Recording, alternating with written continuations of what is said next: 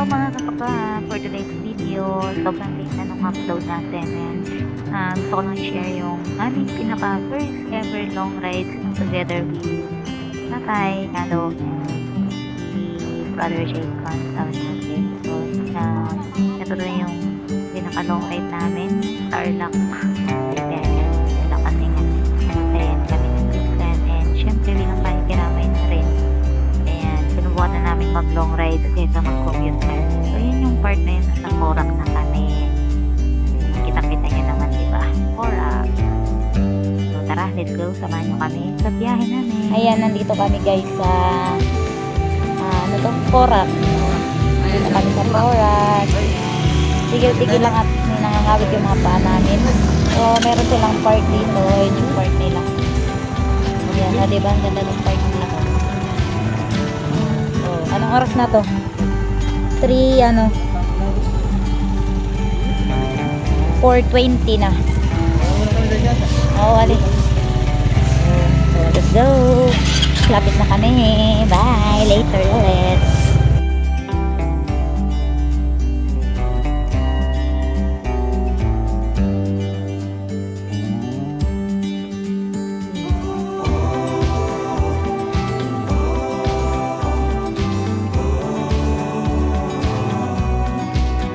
So yun nga, mas marami tayong video na nag-video dito sa part ng Pampanga and isa nito sa mga iba yung experience kapag motor ka kumpara sa nagpupunta ka. Siyempre, mas nakikita mo yung ganda or yung mga daan na madadaan natin, diba? Kaya medyo ano pa yan, madaling araw na yung time na yan. Medyo madilim pa pero yun, medyo mahaba-haba pa yung biyahe namin dyan and tara lang, tuloy lang natin itong biyahe natin ito. So, medyo nagdadal-dal pa tayo dyan para hindi antukin yung ating driver, o, diba? Ayan, yung mga ibang mga nadaanan natin. So, time check. Ngayon ay 5:10 na. So, ayan, maliwanag na. Nandito na kami sa Kapas. So, papunta na kami ng Santa Juliana later. Papahinga lang namin yung motor, o diba? 4 na oras kami nag-motor. So, here we are. Siguro na na-videoan yung barangay nila doon. So, basta dito kami sa likod. Naghanap lang kami ng kakainan namin at sayang naman yung dinaon namin. So, yun lang. See you later. So, ayan, medyo papunta na kayo ng Santa Juliana yan. And ayan yung ating nadaanan, which is the bagong welcome to Santa Juliana. Yung ating New Clark City, yun yung mga isa sa mga gate nila or daan. Sobrang amaze ako dito sa part ng Santa Juliana dahil nga yung daan nila is, ayan, kitang-kita nyo naman sobrang lawang and sobrang maganda yung daan nila kumpara sa daan namin, papunta sa bahay. So, syempre, ayan, explore and tingin lang tayo sa mga paligid. Sobrang laki niya ng pinagbago simula nung last time na nakapunta ako dito. So, siguro mga 5 years na yung lumipas bago ako nakabalik ulit dito sa Santa Juliana or dito sa Tarlac kayo natin Tradok. Ayan, stop over muna tayo. Nandito kami, kararating namin dito sa time 5:30. Ayan, nandito kami sa may Tradok. Ayan, yung Tradok. Shout out sa Tradok. Ayan. So, yung mga nag-apply mag-army, minsan dito sila pumupunta or dito minsan may mga pa-exam, may pa ano yan, dito. So, isang round na lang kami and aabot na kami sa pupuntan namin. Tayo dyan. Bye!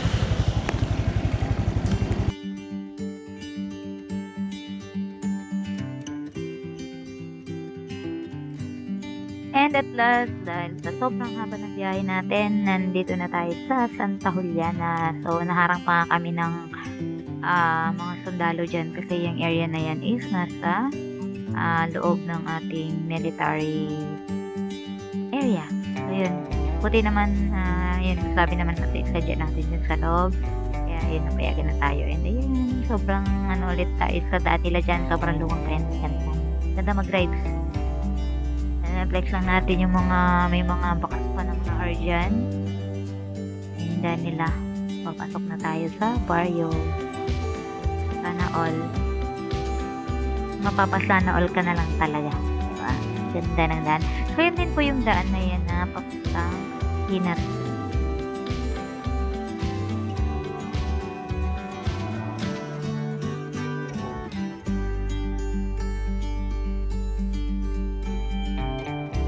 muna kami kila ante sa isang kapatid ni tatay. And walang signal yung globe, kaya maghanap kami ng naglo-load na talk and text. Shout out sa talk and text, diba? Shout out sa globe na ang hina ng signal nyo dito sa Santa Juliana. Baka naman gusto nyo nang magkaroon ng tower dito. Diba? Yung mga SIM card namin puro globe, galing kami sa Sambales. Malakas ang globe doon, wala kaming SIM, buti may baon kaming SIM card ay talk and text. Kaya yun, ganap muna kami na papaludan namin. So oo, ayan, dito kami nagla-load. Dito kami.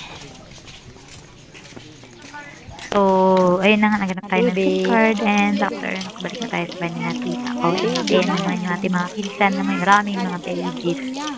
Diba, program dami, ang dami ng pages. And syempre, di mawawala yung kwentuhan with kamag-anak. Diba, dahil ngayon ulit nagkita-kita. Alam na alam din natin yan, no? Kung kailan may mga namamatay, salang nagkikita-kita yung magpipinsan. So, syempre, hindi mawawala yung kumustahan at kwentuhan na din. Ayan. So, bali, iba't iba po yung pinanggalingan namin. Yung iba may duman sa Pinatubo, and yung iba duman kami sa kabila, no? Paikot naman kami. So, dahil nga nag-ride kami. Kaya iba, nag-motor din, pero dito sila duman sa bundok, papuntang Tarlac. So, kung aware kayo, Sambales sa Tarlac ay malapit lang, no? Kaya pag duman kayo malapit sa Pinatubo, pag tawid nyo is Tarlac na. So, ayan. And ito na yung ililibing na nga yung pinsan ko. Ayan, palabas na. Kasi medyo emotional na yung mga mga tao. Kasi nga, last time na. Kumbaga, yun, huling na makikita. So, ayan, umiiyak na yung kanyang asawa. Kaiyak na mga partner. And, yun.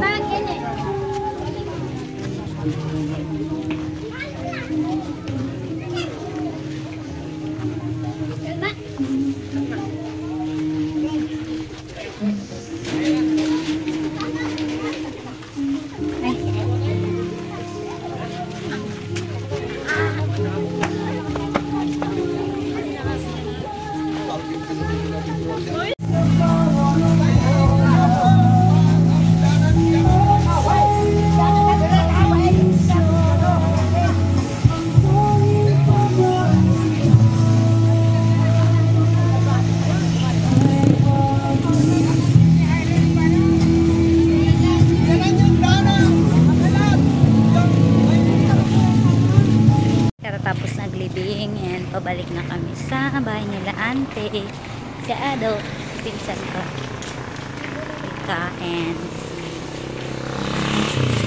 ante. Ito na labog. Lalakad kami, ha? Mainit kasi kaneg moist. Ate mo, ba naman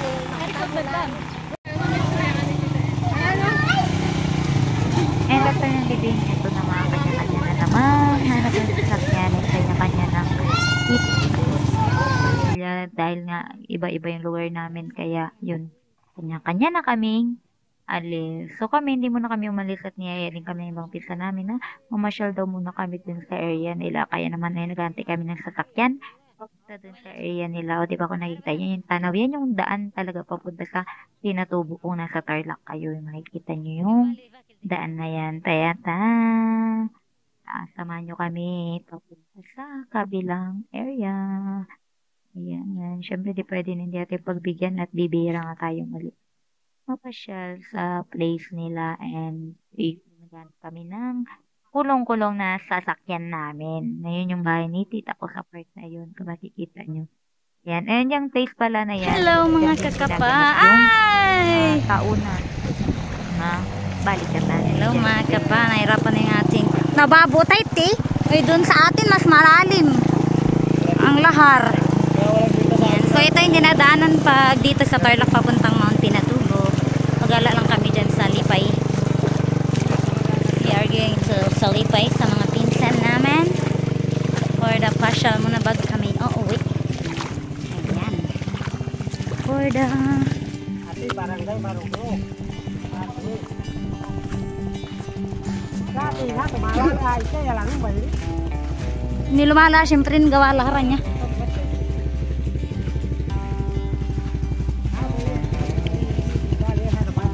Nen?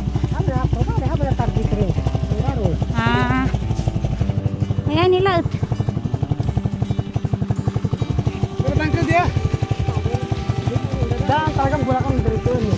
Saya mah mau pindah ke mana? Diyan tayo. Buat halus ni.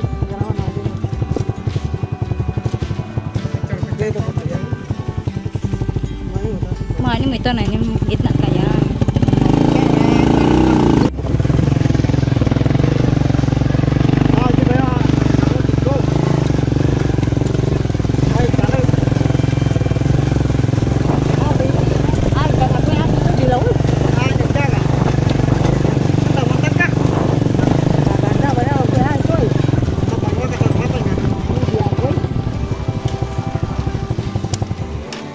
Yung paunahing tinatanim nila dito, kamote. Ito yung mga ang tawag dito ay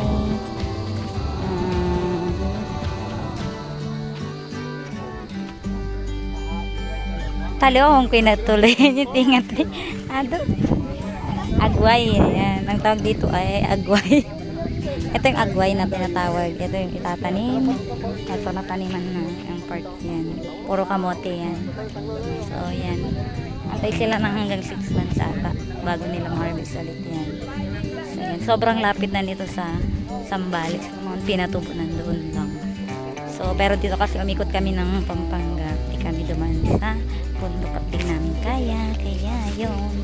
Ayun, sila duman sa bundok kaya lapit lang. Ay, nabati rin. Abi mami pati ni tilakawan ng kapas tarlak. Hindi na makita yung ayan yung kawa. Sa taon na kapas tarlak. Ayan, itong part na ito yung Sa taon na kapas tarlak tilakawa. tilakawa. Mount Tilakawa. Sakal yan. Kasi yung part ng bundok na yung parang kawa na nakaganon. Ito yung nakita niyo. Diba? Marating tayo dito. Ano daw yung Mount Ambukin. So, nandyan yung target range ng mga sundalo dyan sa part na yan. The Mount Ambukil. Ambukil. Hindi ko alam paano din man basta. Yun na yan. Doon kami galing. Yung papuntang Kinatubo sa part na yun.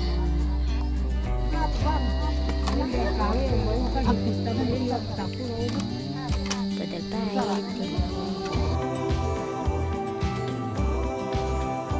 Na syempre di mawawala yung kainan, di ba? So, pinag-prepare kami ng makakain in Uncle Jan and adobong pato.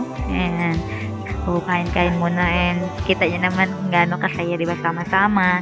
Pero ba naman dito sa atin yung pagbira, magkita-kita magpipinsan, di pwede na hindi mo pagluluto or pakain lang, di ba? Kung ano available. So, sobrang saya namin dyan na may kasamang kwentuhan habang kumakain. Kaya naman, di ba? Saya-saya po nakamay kami dyan. Bodel fight. Yan. Kainan na.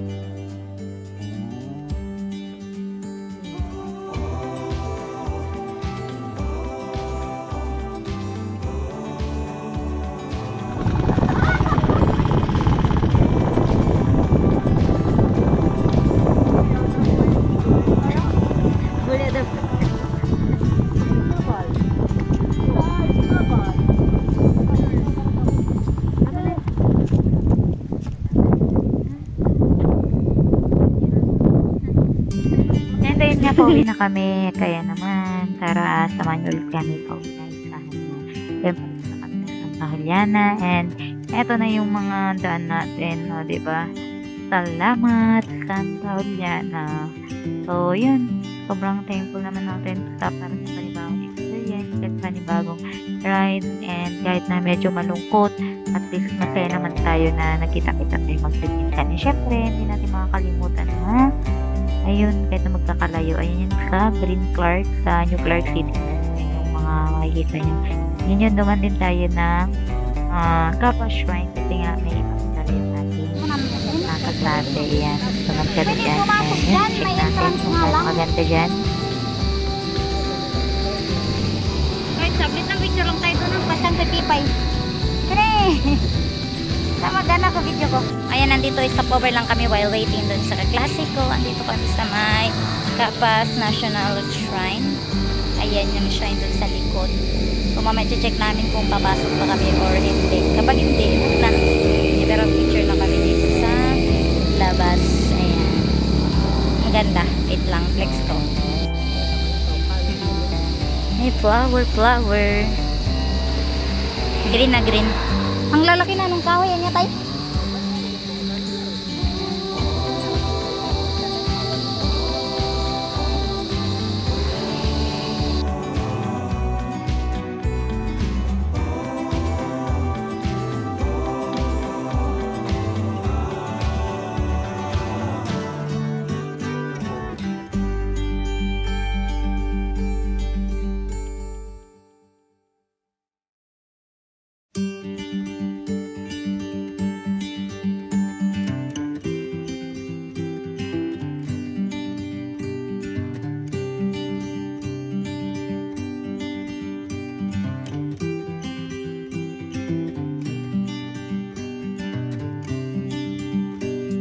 Ayun, nakabisa tayo yan.